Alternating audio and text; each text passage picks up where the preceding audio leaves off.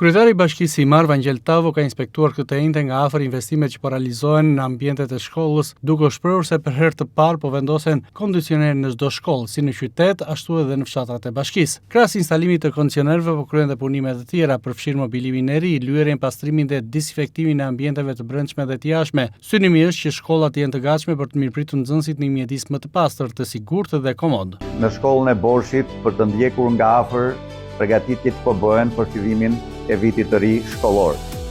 Bashkia e Imarës ka ndërmarrë si vjet një investim shumë të rëndësishëm, po vendosin kondicioner në të gjitha shkollat e Bashkisë së Imarës në të treja njësitë administrative. Duam që nxënësit dhe mësuesit të punojnë në kushte sa më të mira dhe ambiente sa më të përshtatshme gjatë gjithë vitit.